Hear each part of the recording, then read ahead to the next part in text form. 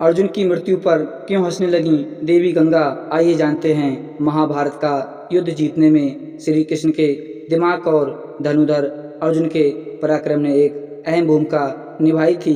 यदि महाभारत के युद्ध में पांडवों की ओर से श्री कृष्ण और अर्जुन ना होते तो शायद पांडवों का जीतना नामुमकिन था। लेकिन क्या आपको मालूम है कि महाभारत के युद्ध में अहम भूमिका निभाने वाला अर्जुन स्वर्ग यात्रा जाने से पहले ही एक बार मर चुका था। इसका मतलब यह है कि अर्जुन की अपने जीवन में 2 बार मृत्यु हो चुकी थी और उनकी मृत्यु के दौरान देवी गंगा जोर जोर से हंसने लगी थी। मगर क्यों क्यों अर्जुन की मृत्यु पर माँ कुंती के रोने पर देवी गंगा हंसने लगी। दोस्तों, साक्षात अर्जुन की मृत्यु देखकर हस्तिनापुर की सेना सुन्न हो जाती है और इसकी सूचना तुरंत श्री कृष्ण तक पहुंच जाती है। मणिपुर पहुंच श्री कृष्ण और माता कुंती अर्जुन को धरती पर पड़ा देखते हैं, जिसके बाद माता कुंती अर्जुन का सर अपनी गोद में रखकर फूट फूट कर रोने लगती हैं और बस इसी दौरान देवी गंगा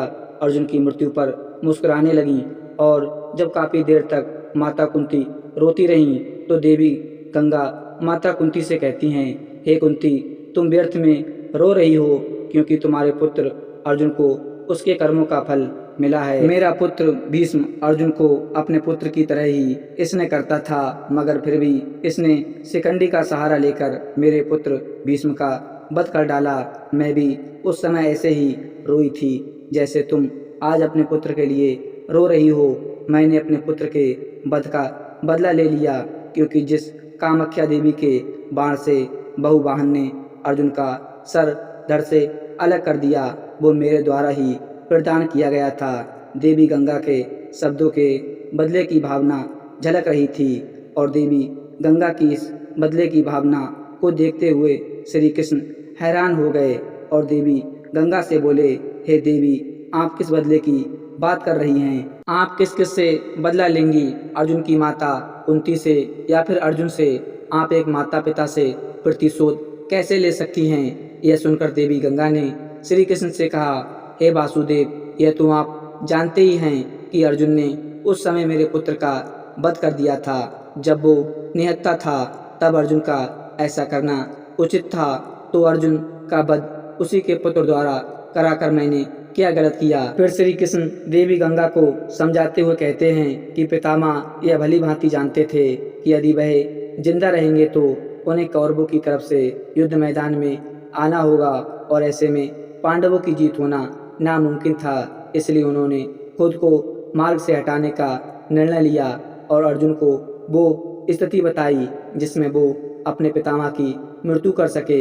यहाँ तक कि जब अर्जुन का मुकाबला उनके पुत्र बहुवाहन से हो रहा था तो उस समय भी उन्होंने बहुवाहन पर प्रहार न किया, बस बहुवाहन के प्रहारों को रोके रखा और साथ ही बहुवाहन को कामाख्या देवी द्वारा दिए गए दिव्य बाण की लाज रखने के लिए अपने बाणों की आहुति दे दी। जब श्री कृष्ण द्वारा दिए गए तथ्यों को सुनकर देवी गंगा सोच में पड़ गईं। अब श्री कृष्ण द्वारा दिए गए तथ्यों को सुनकर देवी गंगा सोच में पड़ गईं और उन्होंने श्री कृष्ण से अर्जुन को पुनः जीवित करने का मार्ग पूछा, जिसके बाद श्री कृष्ण देवी गंगा को उनकी प्रतिज्ञा वापस लेने को कहते हैं। जिसके बाद देवी गंगा ने अपनी प्रतिज्ञा वापस ली और अर्जुन का सर धड़ से जोड़ दिया, मगर अब भी अर्जुन के प्राण वापस नहीं आए थे। जिसके बाद श्री कृष्ण ने अर्जुन की दूसरी पत्नी से नागमणि लेकर अर्जुन को पुनः जीवित कर दिया।